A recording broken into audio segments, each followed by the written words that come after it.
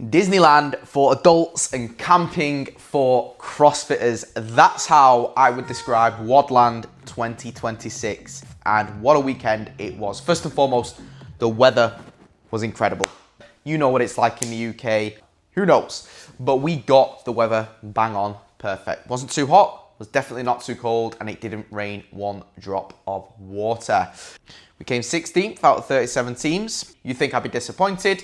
Some of me, yes, because I am a competitive person, to say the least, and I want to win everything that I take part in. But I knew they hadn't put together a team to go and win the competition. That wasn't the focus, and I didn't want to come in as the sixth spare member who was filling in for someone to say, right, we're gonna go in and win this. This was for me to build confidence and momentum going into my bigger individual competitions later in the year.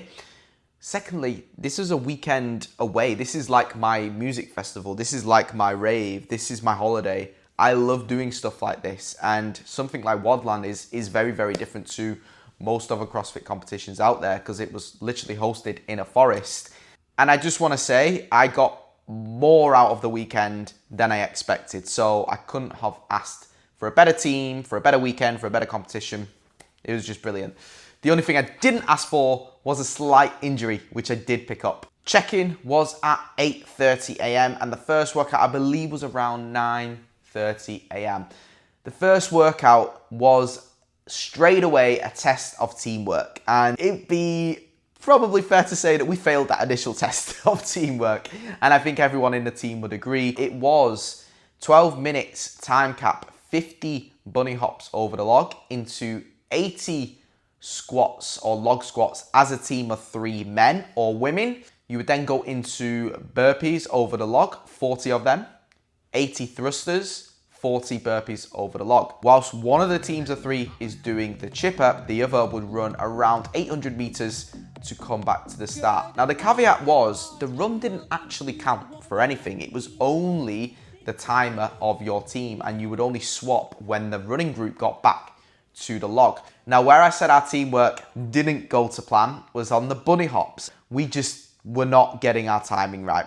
That's it. We only have ourselves to blame, and it did put us a little bit behind at the start of that workout. We did make up some time though. Me and the boys, we got 80 unbroken squats with the log, couple of burpees before the ladies got back, and then when we got back, we were straight into the thrusters, managed to get through 60 of those, and again, left the ladies to do all the burpees, bless them. So they managed to get through 28 burpees on the second round of burpees. I actually forgot to mention after that was 50 log sit-ups, but of course we didn't make it that far. We finished around 15th in that workout, just above halfway. We know where we went wrong, and it gave us a little bit of a wake-up call before we went into the next WOD, because we knew we had to work a little bit better as a team overall.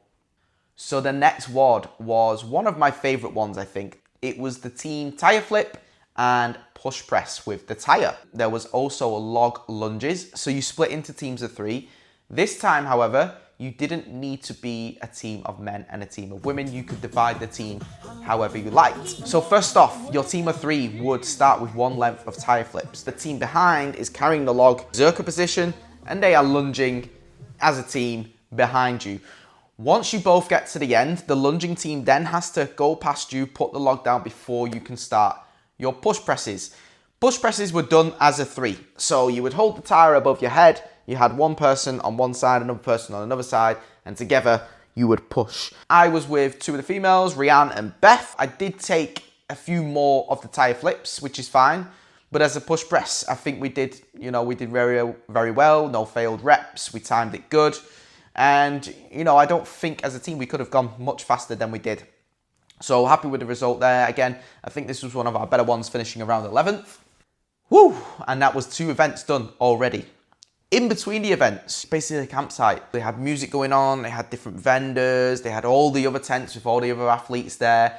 As for food, I used to go to competitions and literally just drink caffeine drinks and maybe having a banana or 2. So at least I did have the goats, overnight oats for my breakfast. I had half of a portion after WOD 1 and half of a portion after WOD 2.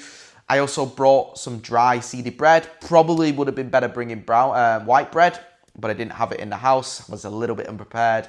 I brought 3 packs of sweets. I made my way through 1 pack throughout the whole of the day, maybe just having 2 or 3 in between each WOD. Of course, WOD powders. If you stay tuned and watch the next video that I post after this one, I'm going to be announcing a really exciting, let's call it, giveaway with WOD powders in the next video, so stay tuned for that. A pre-WOD sachet, lemon drop flavor, and also a packet of their electrolytes were the drinks of choice for the day. And of course, the morning coffee. Now, WOD 3 was fast and furious. Teams of 2. Now, this was a farmer's carry into wall ball into farmer's carry sprint.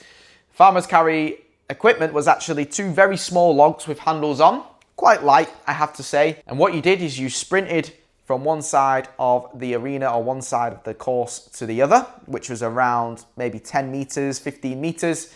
You would then place your logs down by the side, and then one of you would start on the wall balls. You use the same wall ball and you would pass it to each other as you threw the ball. So I would throw the ball, hit my target, and Beth would catch it on the way down. The caveat is, even if I am not doing the wall ball, I still have to squat and stand, okay? Which a lot of teams, not just ours, struggle to get that into their heads, because squatting and doing a wall ball without the wall ball is actually more confusing than you think. And once you've done your 6, you would sprint back. We finished around 11th or 12th in that workout, so really, really good fun. So moving into the final event of the day, or events of the day, because this is where the males and the female teams were split. So the females on day 1 would do the duathlon.